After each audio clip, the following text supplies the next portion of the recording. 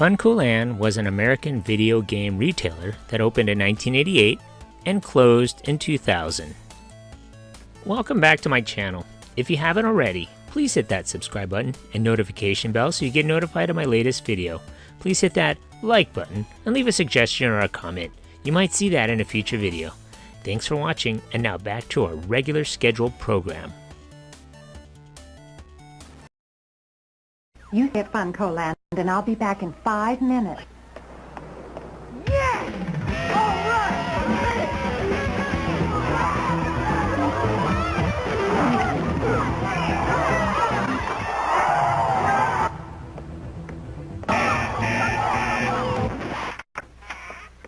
So, have fun?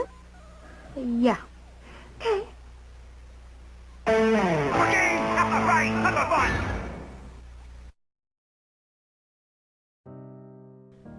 In 1985, David Pomager established the mail-order company Protectronics, which initially sold Commodore 64 computers, but then transitioned to an eclectic array of consumer goods after the Commodore market dried. While the venture was initially successful, extravagant personal spending and a lack of financial, operational, and inventory control resulted in a Chapter 7 liquidation around March of 1988. Pomager's leftover inventory included 1,100 Nintendo games, which he leased to video rental shops in the Minneapolis-St. Paul area. To update the inventory, he began buying used games from mail-order businesses across the country.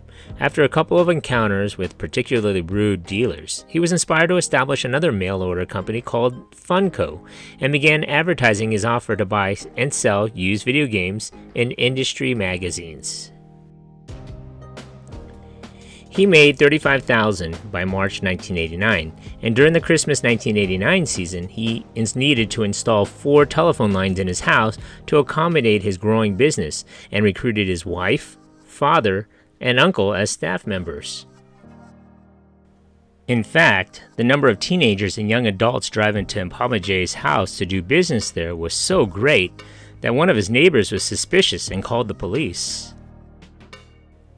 In February of 1990, Pomager moved Funco to a warehouse in the Minneapolis suburb of New Hope, and he made $375,000 by March of 1990. In August of 1990, he set up a small, informal retail shop next to his office, which would be the first Funcoland location. The following month, he began running an advertisement campaign in the daily Minneapolis newspaper. In 2 days, the store made $25,000 in sales, with customers coming in from Wisconsin and the Dakotas. Around this time, a Japanese company which operated 330 stores in Japan, similar to Funcoland, inquired about a partnership with them.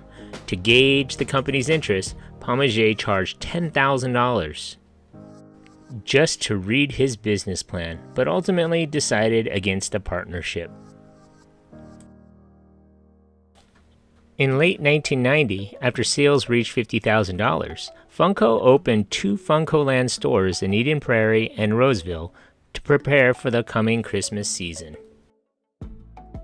They also became a sponsor for Christmas season broadcasts of Gophers ice hockey games on KITN TV. By December of 1991, it had established 10 stores in the Minneapolis market. Pomager attributed the company's success to executives he had lured from B. Dalton and Häagen-Dazs, who had expertise in expanding into new markets. While these key hires, which included an executive vice president, MIS director, and financial controller, cost Funco a total of $520,000 in 1992, Pomager was willing to absorb the loss to ensure the presence of adequate information systems and financial controls that were absent in his previous business failure. On July 13, 1992, the company opened the first Chicago area Funcoland location in Bloomingdale. Not in Bloomingdale's in Chicago.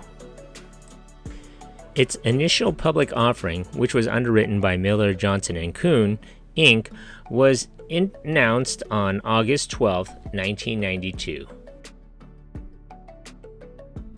In 1992, Funko began publishing Game Informer, a bi-monthly magazine that includes reviews of new games, which reached a circulation of over 100,000 by 1994. Funko distributed a mail-order catalog every other month and ran an e-commerce platform named Funcoland Superstore. By this time, Funcoland was operating in 59 locations, with Milwaukee included as the new business hub.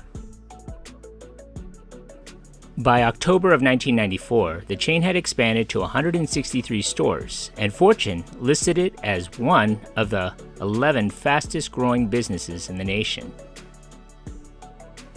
In December of that same year, Funko announced that it would increase promotional spending and aggressive price cuts in response to heavy competition caused by a price war between Circuit City and Best Buy, which influenced retailers such as Musicland and Target to lower the prices of new releases. Over the next year, this strategy caused the company's stock value to plummet due to weaker sales and stronger competition. The company responded with layoffs, upper management salary cuts and freezes, and expansion ceased. By 1996, Funcoland was able to reverse its losses and continue its expansion. The retailer was operating 189 stores in 12 metropolitan areas, and its recent prosperity inspired it to increase the pace of opening new stores by planning to open 40 within the year, particularly within the West Coast. In its September 1998 issue, Fortune named the retailer the second fastest growing company in America, with Funcoland operating over 300 stores. Funcoland was one of the first retailers to offer items for bidding at Amazon's short-lived auction service, which opened in April of 1999. On April 3, 2000, Funko rival Electronics Boutiques Holding Corp. Agreed to purchase them for $110 million. But wait, there's more. Barnes & Noble's subsidiary, Babbage's Etc., jumped in at the last minute with their unsolicited offer, which caused a bidding war between the two companies. Babbage's ultimately outbid Electronics Boutique and acquired Funko for $161.5 million. Funko and Babbage's were merged to form Gamestop in December in anticipation of a holding of an initial public offering for the company. Many of the stores owned by GameStop continued to operate under the Funcoland, Babbage's, and Software Etc. names until 2003, by which time all stores in major markets were rebranded under the GameStop banner. At about 11:30 a.m. on December 1, 2002, Funcoland video game store manager Eric Rewalt and Jeffrey Ressman were shot to death in the store. Police determined that 183 video games valued at $10,033 were missing. Craig Thomas Jr. was 14 when he and two cousins killed two workers at a Roxbury video game store in 2002. Because he cooperated with authorities, he pled guilty to manslaughter and got a 10-year sentence. The crime's mastermind is now serving 2 life sentences. First, I'd like to say I apologize for the victims, families, for the pain, for the pain that I caused them. I wish it never would have happened. I was young at the time and misled, but I should have known better. You gotta carry this for the rest of your life. The only thing I would ask of you is make something of your life. Do something. You took 2 lives. Do something good with yours. Pieces of advice I'd like to give Mr. Thomas is never forget his name was Jeffrey Errisman. Never forget his name was Eric Rewalt.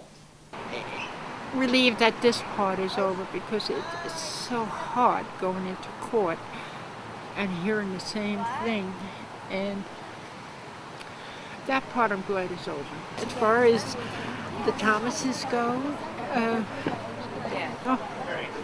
that's 3 families with babies and mothers and fathers. They lost their sons too, and their sons will never be able to be the same again. When they fired that gun, that changed everything for everyone. In 2003, Funcoland changed its name and became GameStop.